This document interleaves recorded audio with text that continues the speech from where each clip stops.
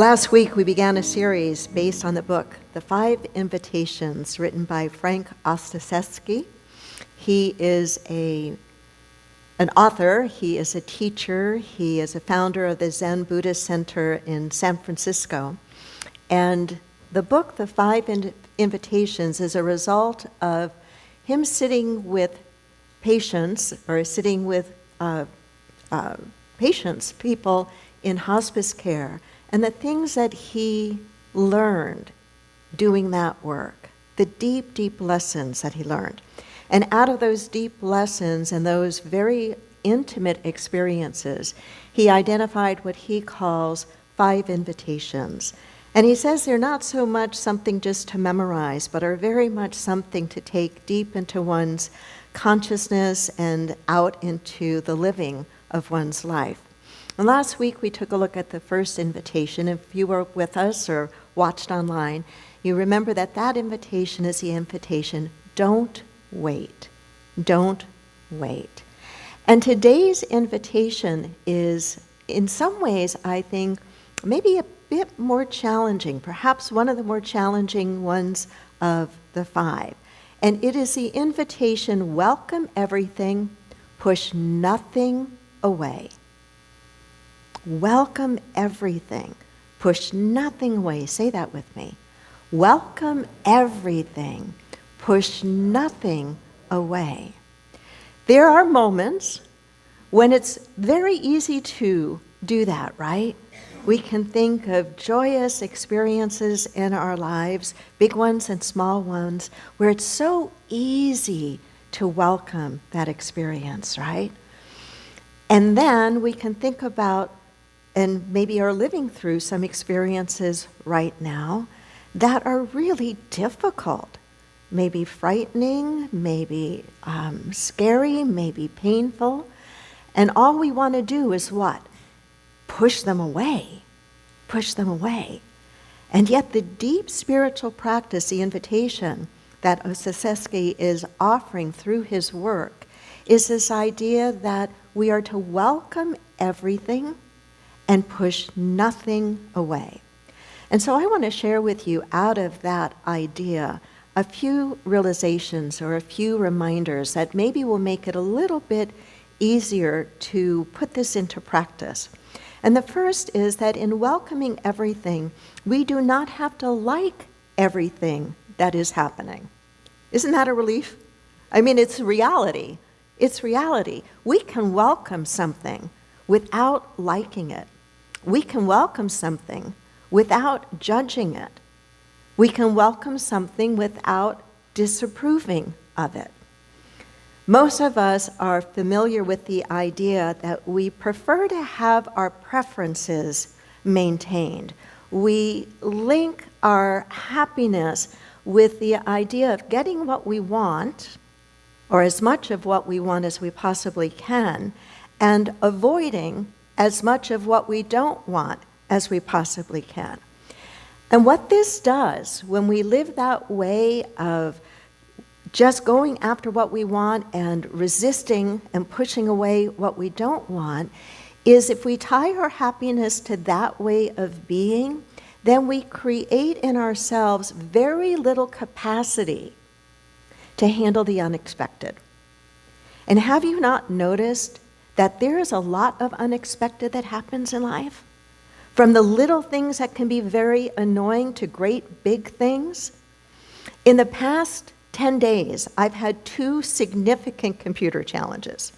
I am tethered to my computer, not because I particularly like my computer, but it is a critical, my friend calls it a mission critical tool for me to do the work that I do.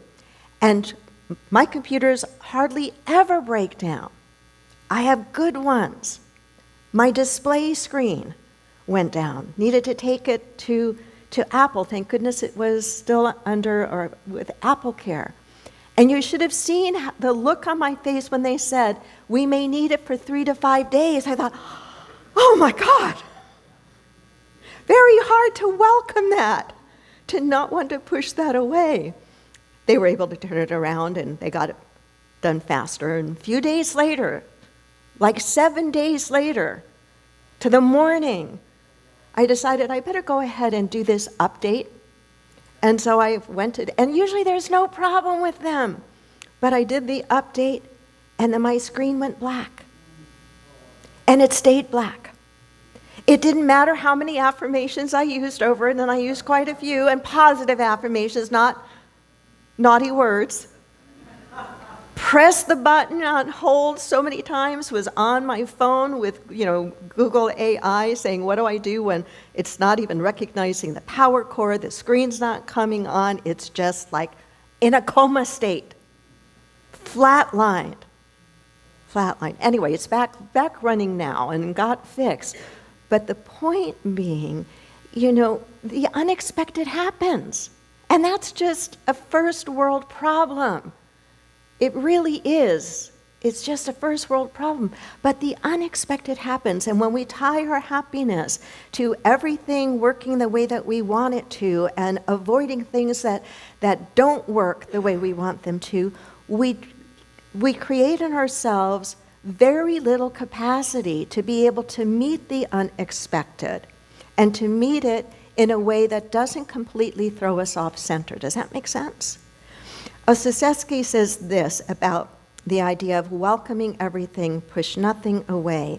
He says, when we are open and receptive, we have options. Just stop there for a moment. That's a powerful idea. When we are open and receptive, we have options. We are free to discover, to investigate, and to learn how to respond skillfully to anything we encounter. We can't be free if we are rejecting any part of our lives. With welcoming comes an ability to meet and work with both pleasant and unpleasant circumstances. Gradually, with practice, we discover that our well-being is not solely dependent on what's happening in our external reality. It comes from within. We know that between stimulus and response, there is a moment in which we can make a different choice, right? Between stimulus and response is the place of personal and spiritual power. It is the place of deep transformation. When we get that the stimulus doesn't have to automatically result in a certain reaction, and we seize that split second in awareness to make a different choice. It's this concept of as is. Carl Jung said, the curious paradox is that when I accept myself just as I am, then I can change. Wow, when I accept myself just as I am, then I can change. Years ago, when I was still in seminary, I struggled with a pretty serious eating disorder, some of it coming as a result of having spent my life ice skating, and everything then was focused on maintaining a certain weight. And anyway, it escalated to a pretty serious eating disorder. And unlike drinking or smoking, which you can eliminate completely, you can't eliminate food completely. Right? And so finding a way to move through that pretty significant eating disorder only happened when I could first deal with accepting myself exactly as I was and accept what it was I was doing so that I could then move through it and beyond it. All the willpower before had not succeeded, all the resisting or rejecting or shaming or guilting, none of that resulted in a lasting change. The curious paradox is that when I accept myself just as I am, then I can change. Ostaseski writes in this part of the book about the idea of welcome everything, push nothing away. He tells the story of going shopping with his daughter, and sometimes they would go to vintage stores or Goodwill stores to seek out vintage clothing. And invariably, they would find things, and almost without exception, all of the items would have attached to them an as is tag. To say that there might be a little tear here or a button missing or a tiny stain here, but you are purchasing this item knowing that it is as is. As is. Say that with me. As is. In this chapter, he says, maybe what we should do is walk around life with a big as is sign, hang it around our neck like, an ornament on a Christmas tree. And that really stuck with me. I mean, imagine if we really treated each other that way. I accept you as you are. As you are. In so many of the weddings that I have performed over lots and lots of years, I try to weave in this idea of as is. In other words, you are marrying a whole person. And don't think you're marrying this person to make them your project and change them, or you're going to be miserable in the process. Both of you will be miserable in the process. Maybe instead of wearing, flowers and garlands, what we ought to wear as is. As is. The curious paradox is that when I accept myself just as I am, then I can change. Our own Myrtle Fillmore, co-founder of Unity, Unity would not exist were it not for Myrtle's healing experience, healing through the use of affirmative prayer. She healed herself of tuberculosis. In her mid-40s, she was given 2 years to live. She lived until she was 86. She cured herself from the inside out using affirmative prayer. And it began when she realized that she wasn't a broken body needing to be fixed, but was a divine being waiting to be realized. Take that in for a moment. Not a broken being, not a broken person needing to be fixed, but a divine being waiting to be realized. That's true of you. That's true of me. No matter where we are wanting to grow and evolve or changes we're wanting to make in ourselves, we do that best when we can welcome the all of us as we are right now and not push any part away. We don't welcome things as is because we're resigning ourselves to brokenness. We welcome them because we cannot heal what we refuse to hold.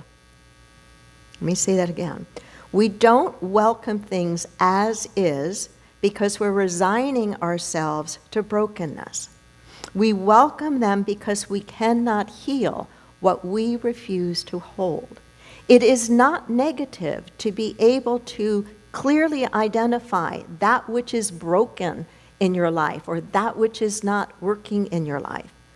It is a very superficial understanding of unity and metaphysics and new thought to think that there's something wrong with identifying when something is negative or something is challenging or something is broken or something isn't working right. That's not being negative. It's being clear-minded and clear-eyed about the reality of what exists in that moment in time, knowing full well that there is no place where God is not, meaning there is no place where healing is not possible. There is no place where love is not possible. There is no place where good is not possible.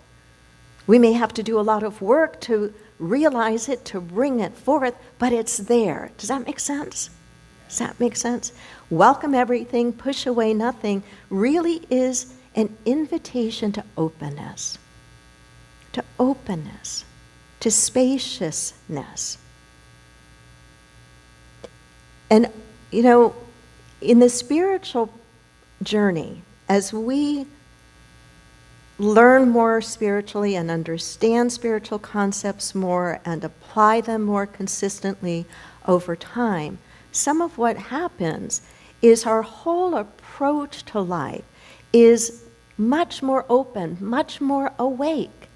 We're more curious instead of being critical or judgmental or staying stuck in fear. We become more open, we become curious, we wonder.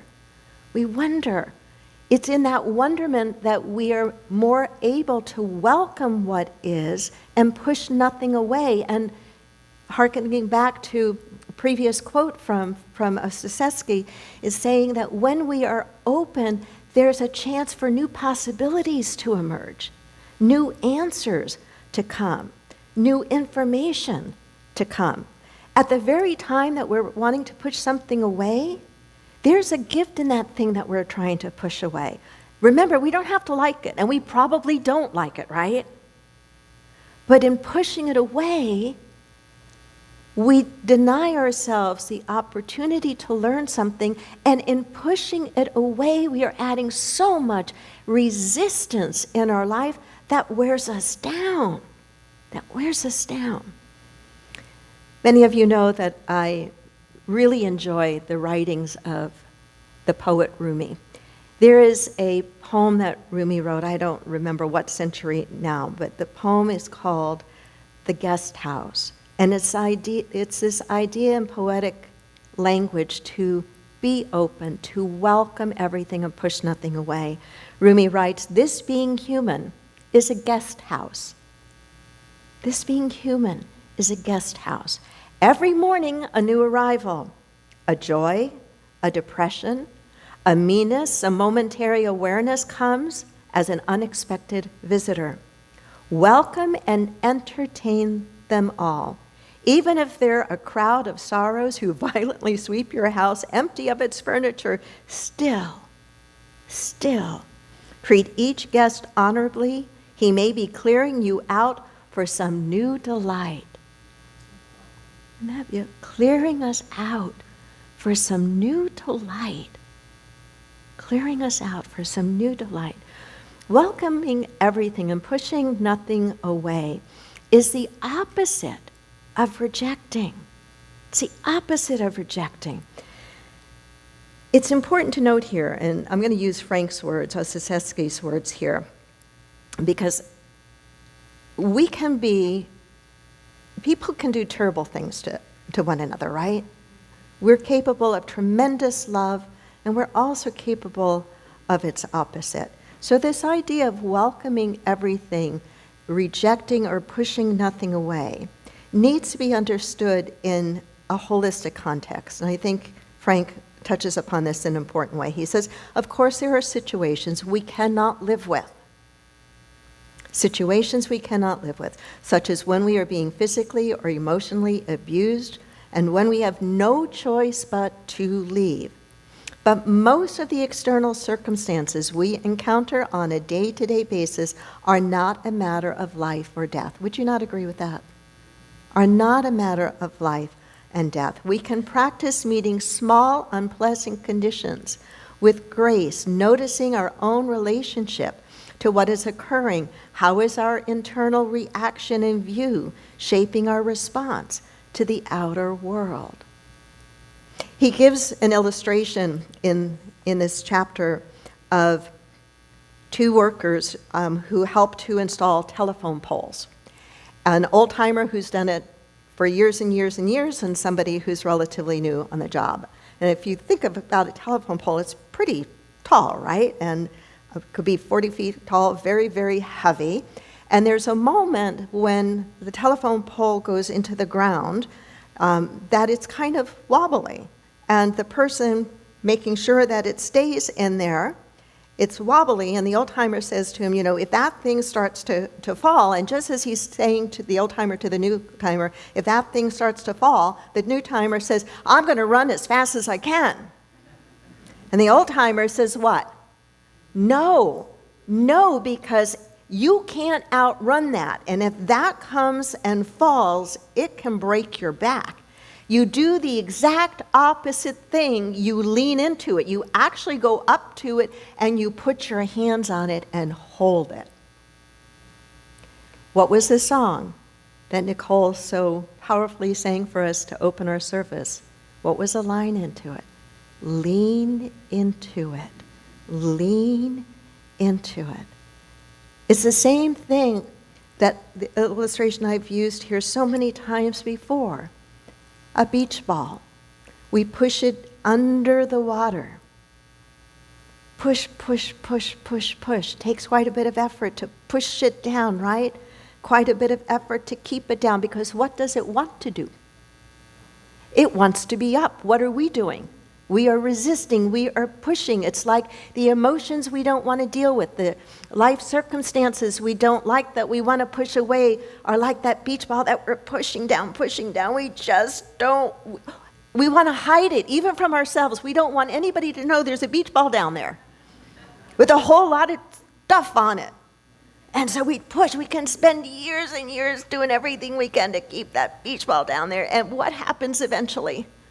We get tired. It takes a lot of effort, right? And we let go, and what does it do? It hits us right in the face. Now, if that's not a metaphor, I don't know what is.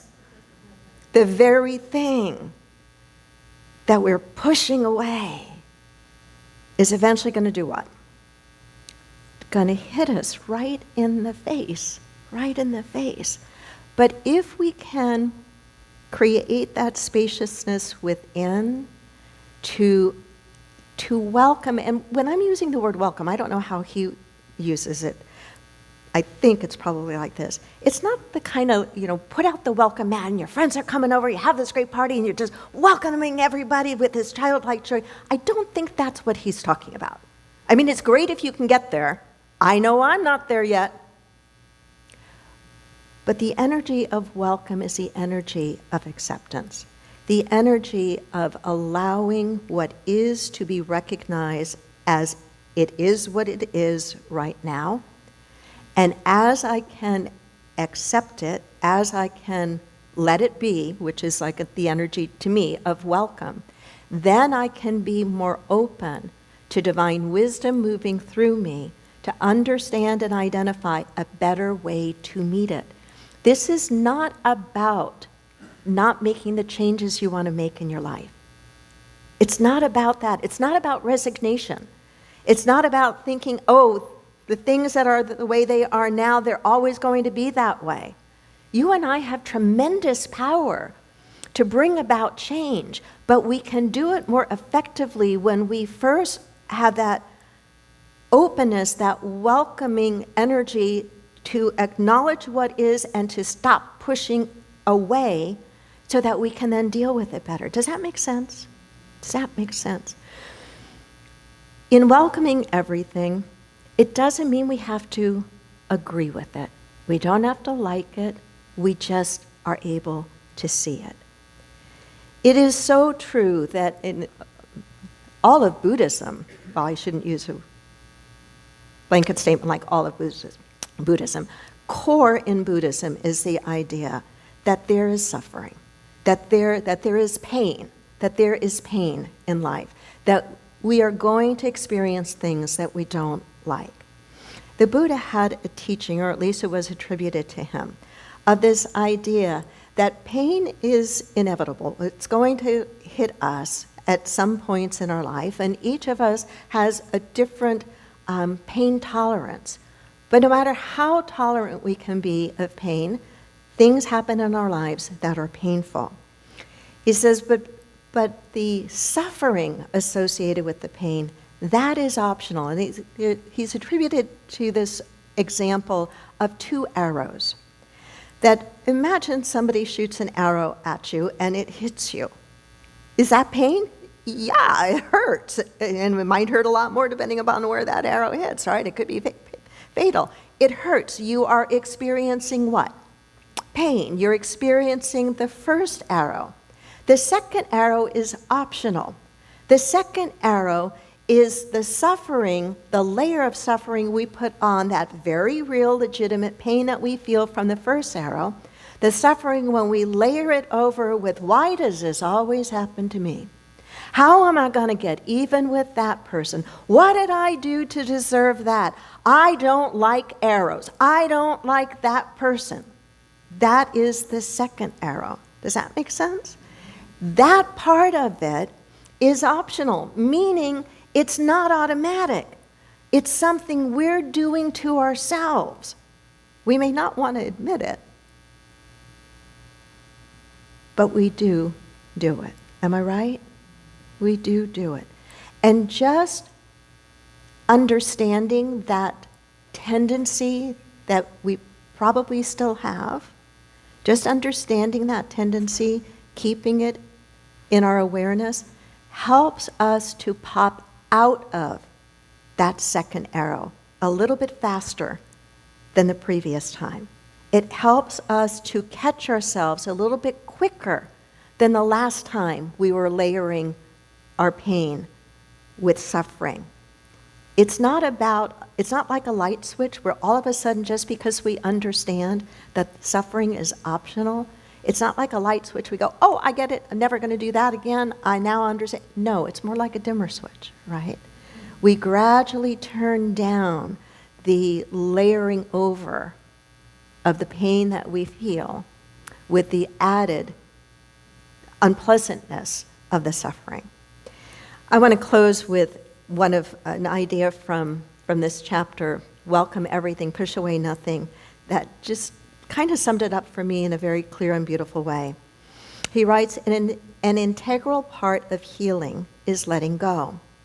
There is no letting go until there is a letting in.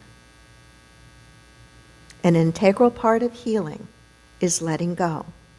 There is no letting go until there is a letting in. Namaste.